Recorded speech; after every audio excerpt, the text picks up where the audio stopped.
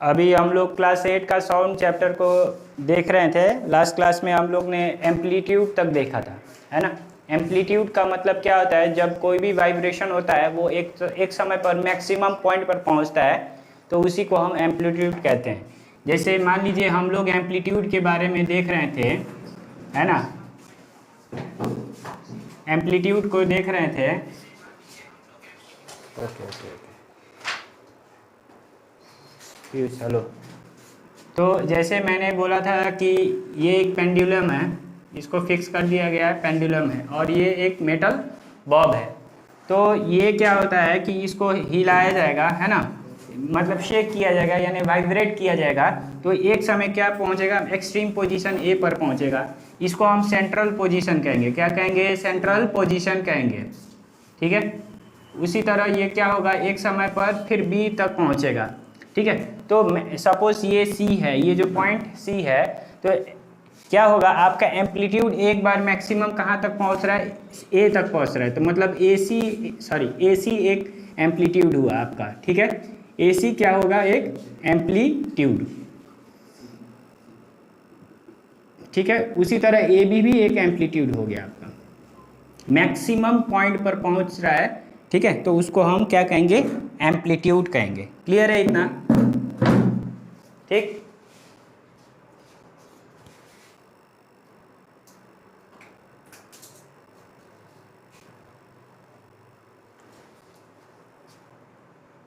चलिए अब हम देखते हैं, हमको क्या देखना है, अब हमको टाइम पीरियड देखना है ना, और फ्रीक्वेंसी को भी देखना है, ठीक। गुड आफ्टरनून आदर्श, ऐप पर देख रहे हैं, चलिए ठीक है।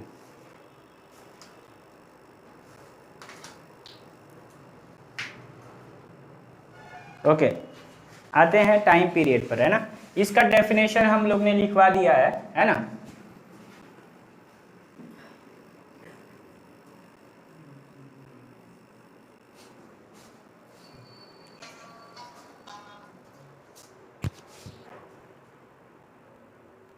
हेलो, वालेकुम सलाम। अभी क्लास में हूँ मैं, ठीक।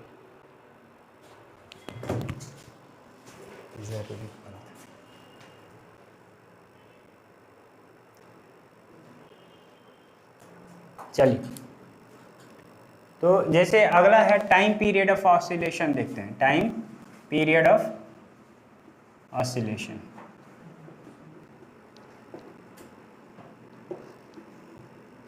फिर से हम क्या बनाएंगे, इसी चीज को बनाते हैं। ये एक बॉब है, ठीक। ये सेंट्रल पोजीशन सी, ये जाएगा ए की तरफ, और ये एक्सट्रीम पोजीशन बी की तरफ जाएगा। तो अब हम क्या, ऑसिलेशन टाइम पीरियड का मतलब क्या हो रहा है कि एक कंप्लीट वाइब्रेशन करने में इसको कितना टाइम लगता है, उसी को हम टाइम पीरियड कहेंगे। एक कंप्लीट वाइब्रेशन करने में इसको कितना टाइम लग रहा है, उसी को हम क्या कहेंगे, टाइम पीरियड कहेंगे। क्लियर है इतना? इसको लिख लेते हैं पहले, देखिए समझ लीजिए फिर से।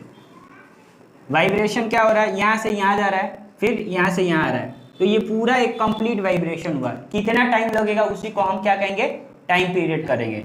जैसे एक बार यहाँ आ रहा है और एक बार फिर से आ रहा है, ठीक है, एक बार फिर से यहाँ आ जा रहा है, तो ये पूरा हो गया, तो इसको हम क्या कहेंगे, टाइम पीरियड कहेंगे, ठीक है। तो लिख लिया जाए time period.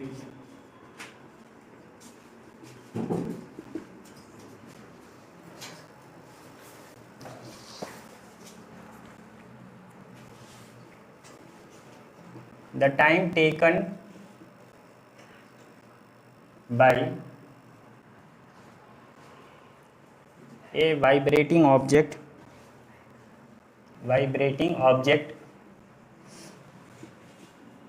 to complete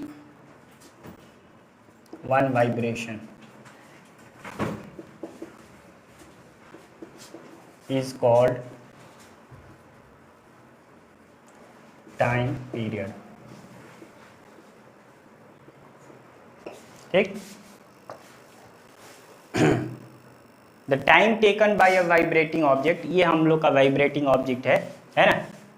object to complete one vibration, यहाँ से लेकर यहाँ तक, फिर यहाँ से लेकर यहाँ तक कंप्लीट वाइब्रेशन हुआ, इसको जितना टाइम करने में लगेगा इसी को हम क्या कहेंगे, टाइम पीरियड कहेंगे।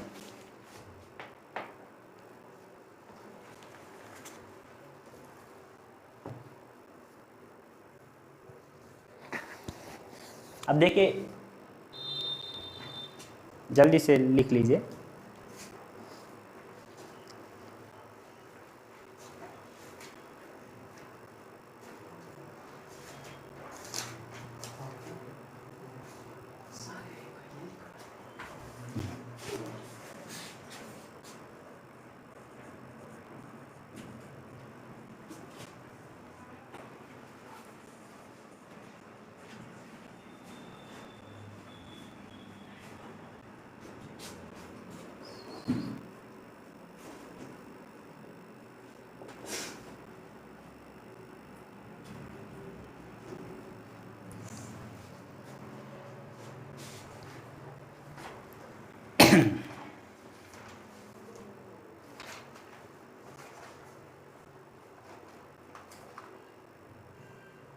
हाय संजय कुमार सिंह, संजय कुमार सिंह कौन है?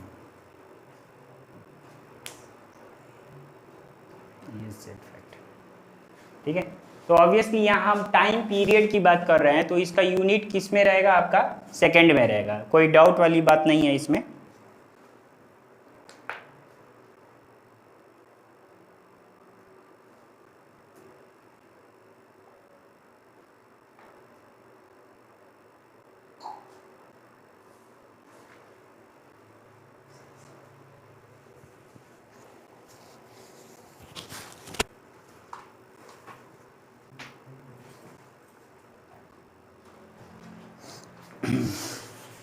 ये क्लियर है?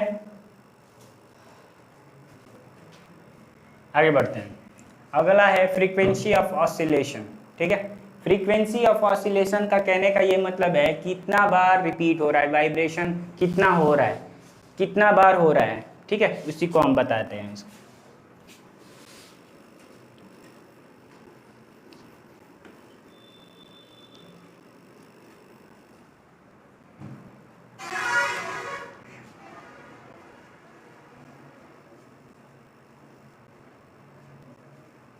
फ्रीक्वेंसी ऑफ ऑसिलेशन भी लिख सकते हैं या डायरेक्टली फ्रीक्वेंसी भी लिख सकते हैं। ठीक है, ज़्यादातर फ्रीक्वेंसी ही लिखा रहेगा।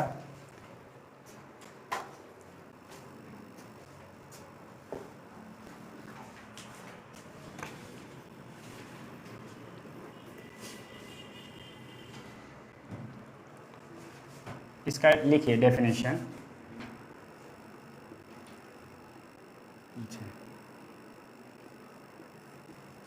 The number of vibrations made in 1 seconds.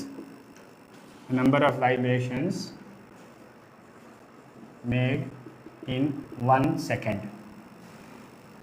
इसको 1 ऐसे भी लिख सकते हैं, is called frequency. मतलब 1 सेकंड में कितना वाइब्रेशन हो जा रहा है या ऑसिलेशन हो जा रहा है, उसी को हम क्या कहेंगे, फ्रीक्वेंसी कहेंगे। उसी को फ्रीक्वेंसी कहेंगे।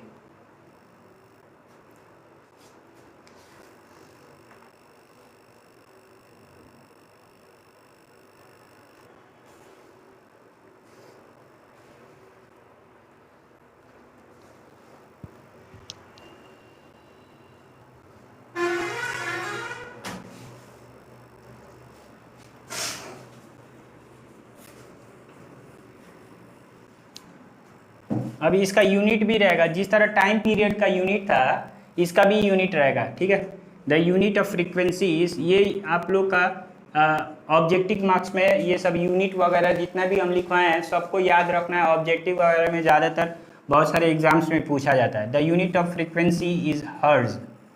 यूनिट ऑफ फ्रीक्वेंसी इज हर्ज। ठीक है, इसको ऐसे सिंबल के रूप में एच और z लिखा जाता है। ठीक है, हमारा z ऐसा ही रहेगा, आप लोग अपने हिसाब से z लिखिएगा। ठीक है,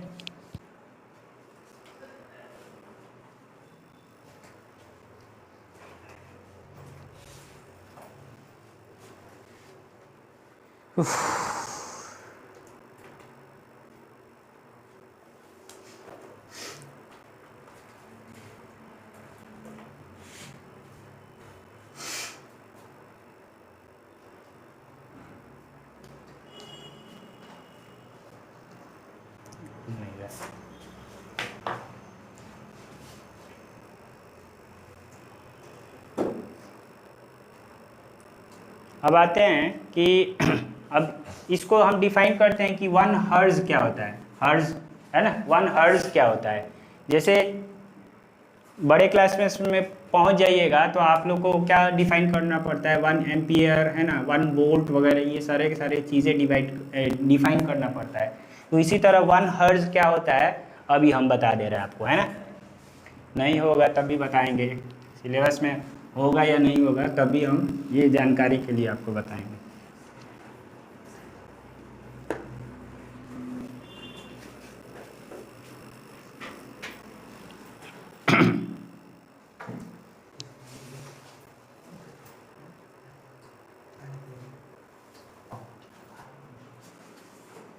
देखिए फ्रीक्वेंसी 1 हर्ज, डिफाइन क्वेश्चन लिखिएगा, डिफाइन 1 हर्ज, डिफाइन 1 हर्ज, ठीक है, ये क्वेश्चन है इस,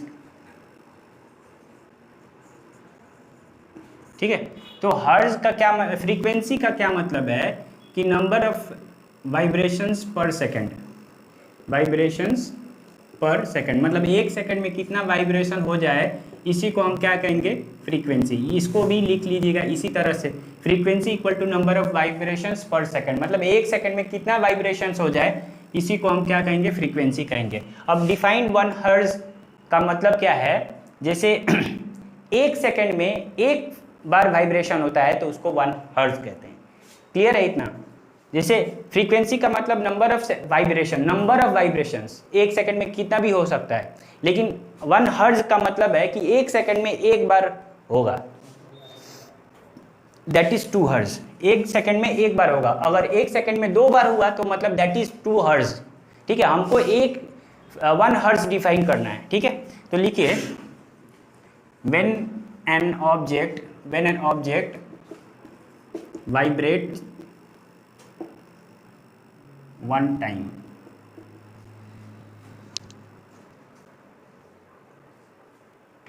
अच्छा vibrates, makes 1 vibration, makes 1 vibration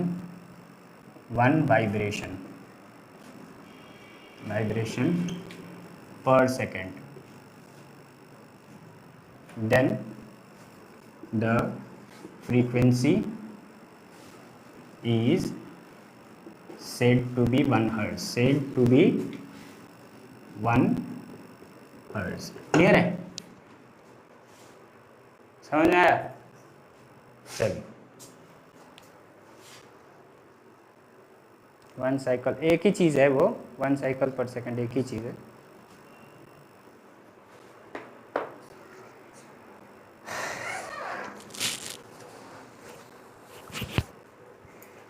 one cycle पर सेकेंड, फ्रीक्वेंसी को 1 साइकिल पर सेकेंड या फिर 1 ऑसिलेशन पर सेकेंड भी बोला जाता है। क्लियर है।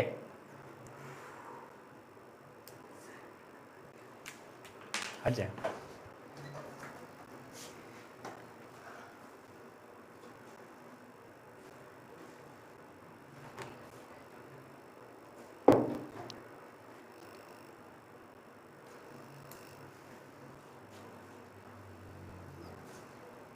अब देखिए 1-2 क्वेश्चंस हम लोग करते हैं ताकि उससे आपको, एक ही क्वेश्चन हम ज़्यादातर करवाएंगे, बुक में वही दिया है, बाकी एक्सरसाइज का आप लोग कर लीजिएगा।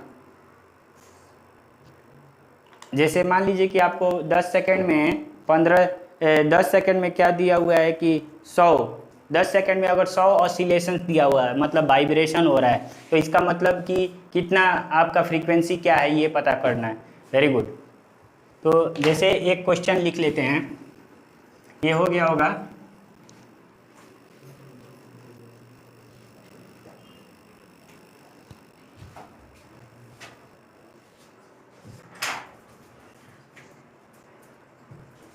an object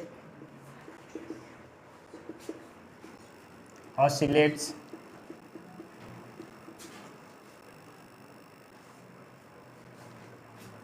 100 times in 10 seconds. What is the frequency? Frequency of oscillation. ठीक है, ऐसे निकालिएगा, सिंपल चीज़ है। मतलब फ्रीक्वेंसी का मतलब एक बार 1 सेकंड में आपका ऑसिलेशन होना चाहिए था, यहाँ पर क्या हो रहा है, मतलब 10 सेकंड में 100 बार हो रहा है, तो 1 सेकंड में ऑब्वियसली कितना होगा, वेरी गुड। तो यहाँ पर सॉल्यूशन में क्या होगा, number of oscillation, number of oscillation, oscillation ऐसे लिख लीजिएगा इक्वल टू 100, ठीक है। और टाइम क्या दिया हुआ है, टाइम इक्वल टू 10 सेकेंड्स, ठीक है। टाइम पीरियड भी मतलब टाइम ले लीजिएगा। तो हम यहाँ पर frequency equal to number of oscillation, direct नहीं दिया हुआ है तो इस तरह number of oscillations divided by time, ठीक है। तो यहाँ पर क्या हो जाएगा 100 divided by 10 that is equal to, ये और ये कैंसल, 10 सिर्फ लिखने से हो जाएगा नहीं, 10 हर्ज देना पड़ेगा। फ्रीक्वेंसी का यूनिट भी साथ में लिखना होगा, और डिस्टेंस किलोमीटर, कितना किलोमीटर ट्रैवल किया है आपसे पूछा जाएगा, तो आप सिर्फ और सिर्फ 10 लिख दीजिएगा तो नहीं होगा, ठीक है, क्योंकि 10 मीटर होगा या किलोमीटर होगा ये डिफाइन करना पड़ेगा हमको। 10 हर्ज, ओके, वेरी गुड।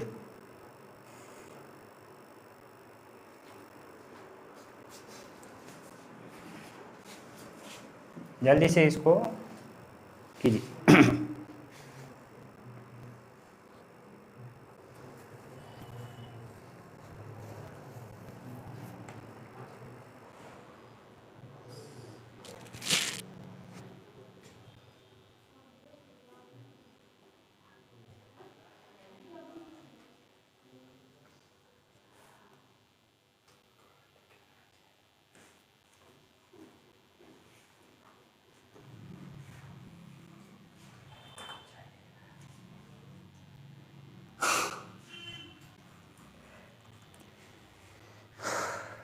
ठीक है, तो एक और क्वेश्चन देते हैं, वो यहाँ पर क्या होगा, ये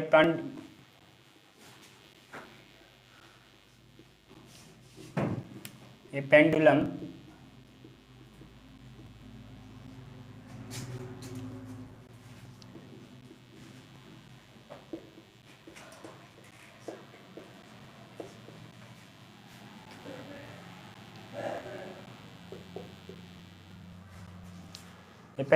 oscillates in 5 seconds, what is the frequency of oscillations।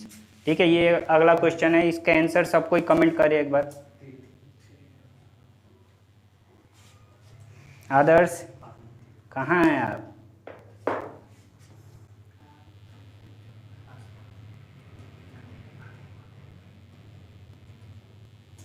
चलिए ये क्वेश्चन आपके लिए मतलब आप लोग बना लीजिएगा, ठीक है, होमवर्क ही समझ लीजिए, ठीक है, क्योंकि आगे बढ़ते हैं हम लोग। अब हम लोग पढ़ेंगे कुछ प्रॉपर्टीज है, कैरेक्टरिस्टिक्स ऑफ साउंड है।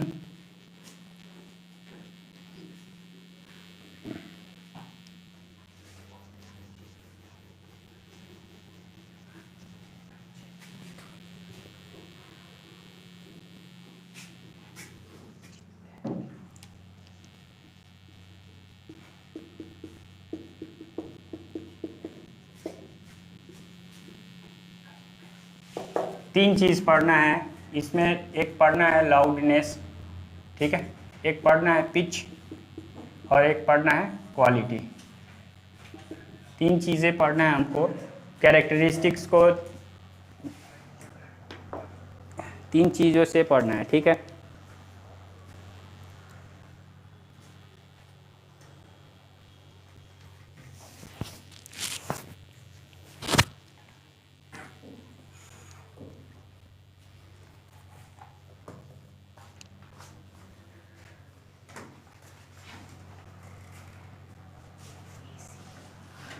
चलिए आंसर आ गया है, 3 हर्ट्ज, वेरी गुड।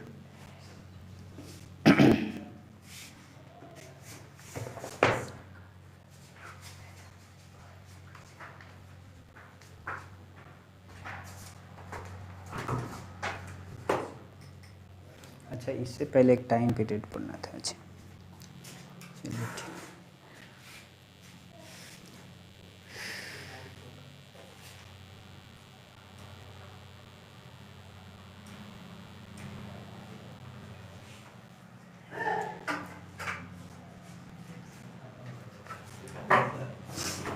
पहले चीज़ देखते हैं।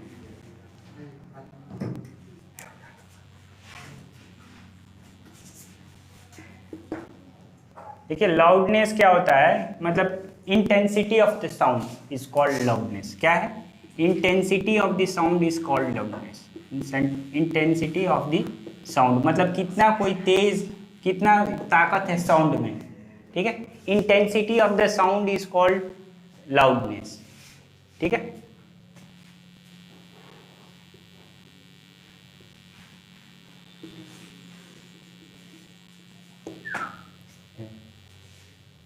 इंटेंसिटी का मतलब समझ में आ गया, मतलब कितना ताकत है। इंटेंसिटी का मतलब कितना ताकत है, उसी को हम लाउडनेस बोलेंगे। अब ये जो लाउडनेस है अभी हम लोग ने बताया आपको, जैसे मान लीजिए कि यहाँ पर ऐसे कर रहे हैं, है ना, ये एक वेव है। क्या है?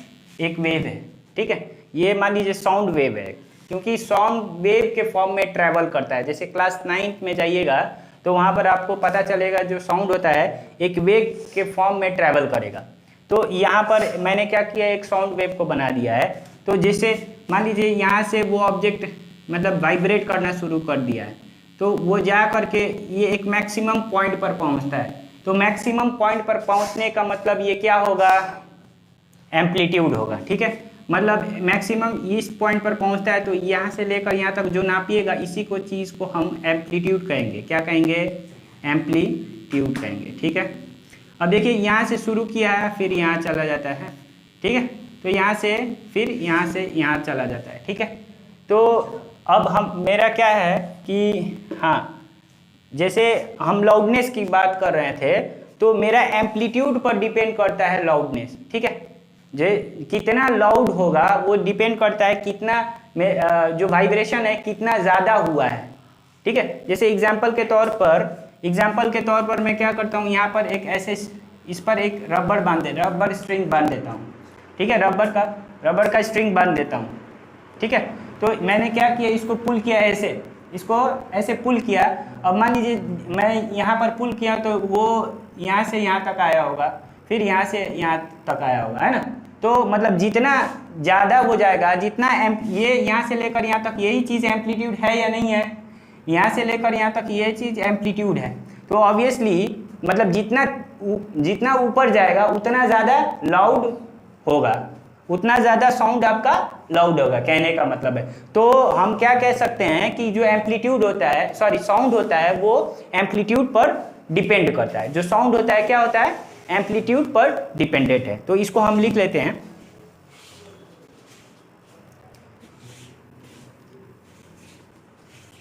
इसको हो सके तो इस तरह से साइड में आप लोग बना लीजिएगा। ये एक स्ट्रिंग है ना, ये एक स्ट्रिंग है, और ये मान लीजिए कोई पोल है, और ये एम्पलीट्यूड है, इसका भी एम्पलीट्यूड है, ठीक है। लाउडनेस LOUD,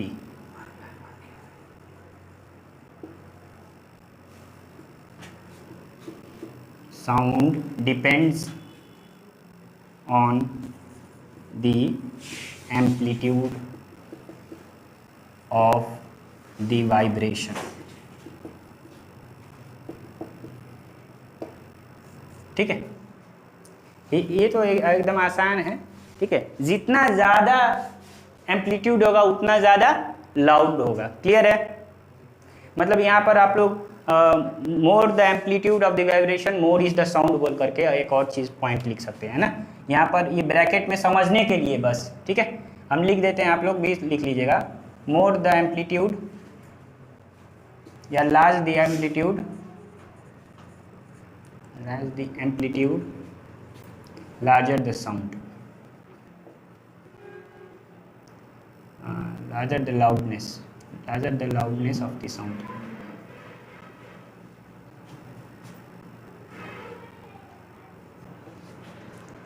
आई होप इतना क्लियर होगा आप सबको।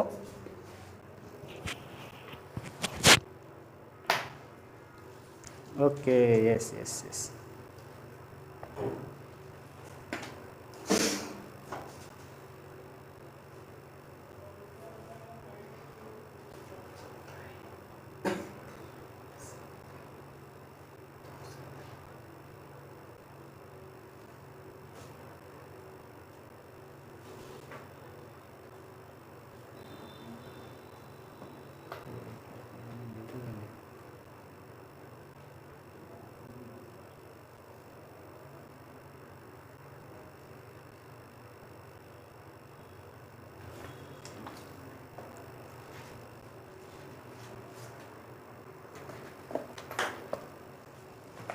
अब कितना होगा इसको थोड़ा सा मिटा देते हैं।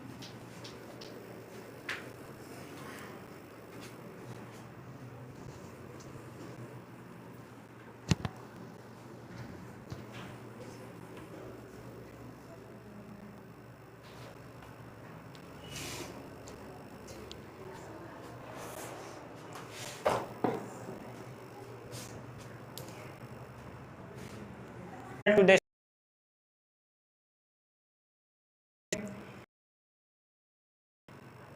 कहने का ये मतलब है जो डायरेक्टली प्रोपोर्शनल का रिलेशन ये होगा, is directly proportional to the square.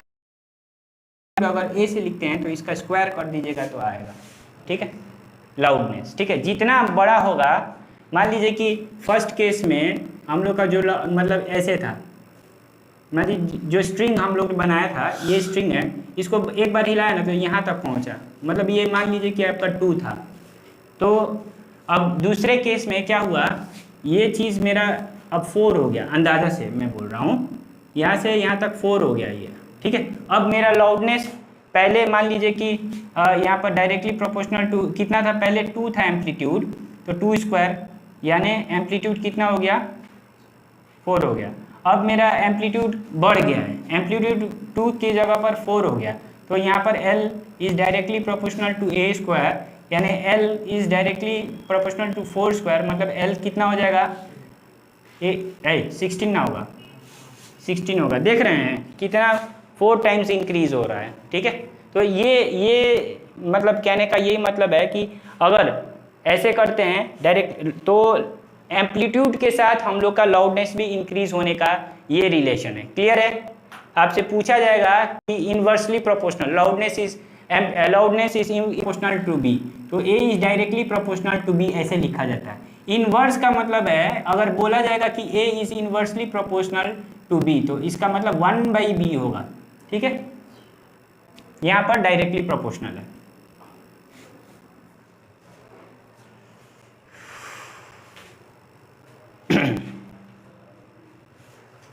अब यहाँ से हम एक चीज़ यहाँ से कंक्लूड कर सकते हैं, जैसे एम्पलीट्यूड को मैंने देखिए, एम्पलीट्यूड मेरा पहले कितना था, 2 था, बाद में कितना इंक्रीज हुआ है, 4 हुआ है, मतलब कितना टाइम्स इंक्रीज हुआ है, एम्पलीट्यूड कितना टाइम्स इंक्रीज हुआ है, 2 टाइम्स इंक्रीज हुआ है। क्लियर है इतना, ठीक है। अब मेरा जो लाउडनेस है उस समय जब 2 था, है ना, तो अब यहाँ पर 4 था, लाउडनेस 4 होगा ना। अब मेरा जब 4 था एम्पलीट्यूड, तो लाउडनेस कितना है, 16 है, तो कितना टाइम इंक्रीज हुआ है, 4 × 4 टाइम्स इंक्रीज हुआ है। क्लियर है? तो कहने का ये मतलब है कि अगर हम एम्पलीट्यूड को 2 टाइम्स इंक्रीज करते हैं तो लाउडनेस मेरा 4 टाइम्स इंक्रीज करेगा। वेरी गुड, क्लियर है। तो यहाँ पर एक आप लोग लिख सकते हैं, इफ वी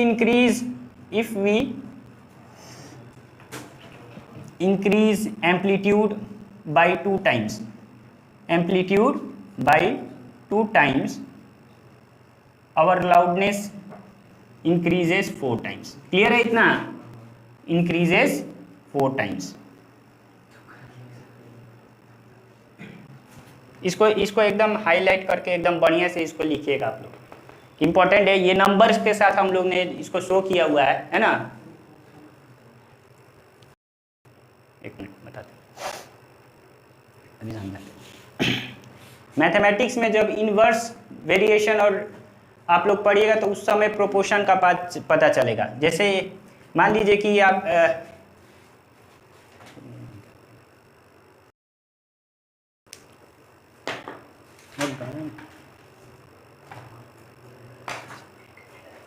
ओके।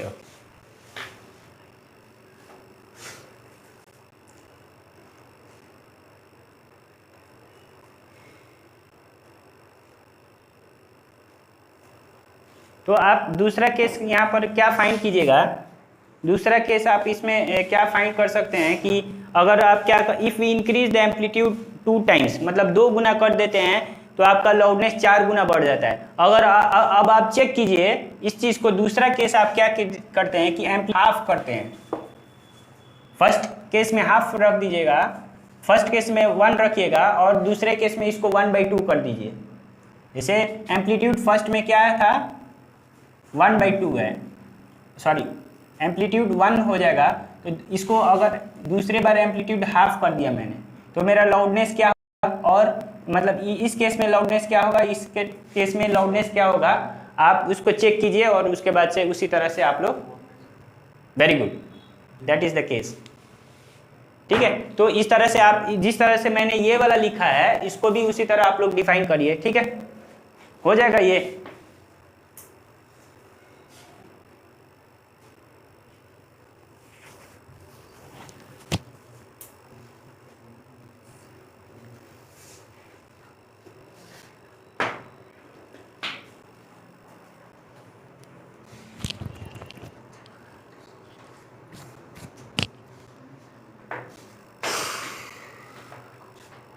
अब जल्दी से पिच पर आते हैं। ठीक है, यहाँ पर जैसे मैंने लिखा इफ वी इंक्रीज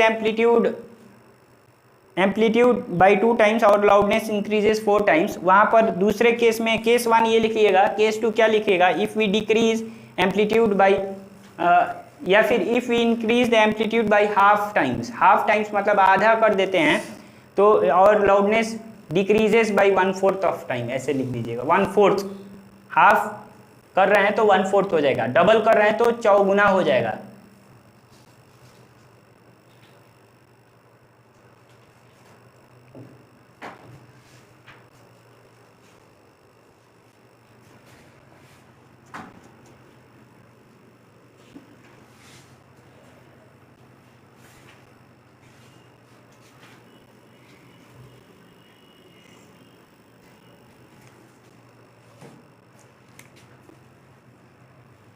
एक और चीज़ है यहाँ पर इम्पॉर्टेंट, वेरी वेरी इंपॉर्टेंट है।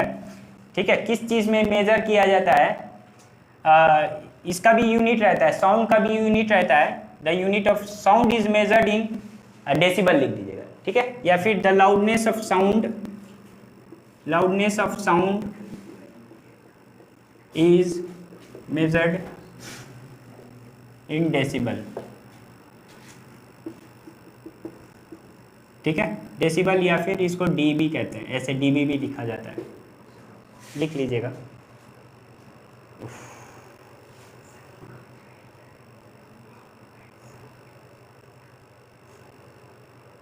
डाउट है किसी को?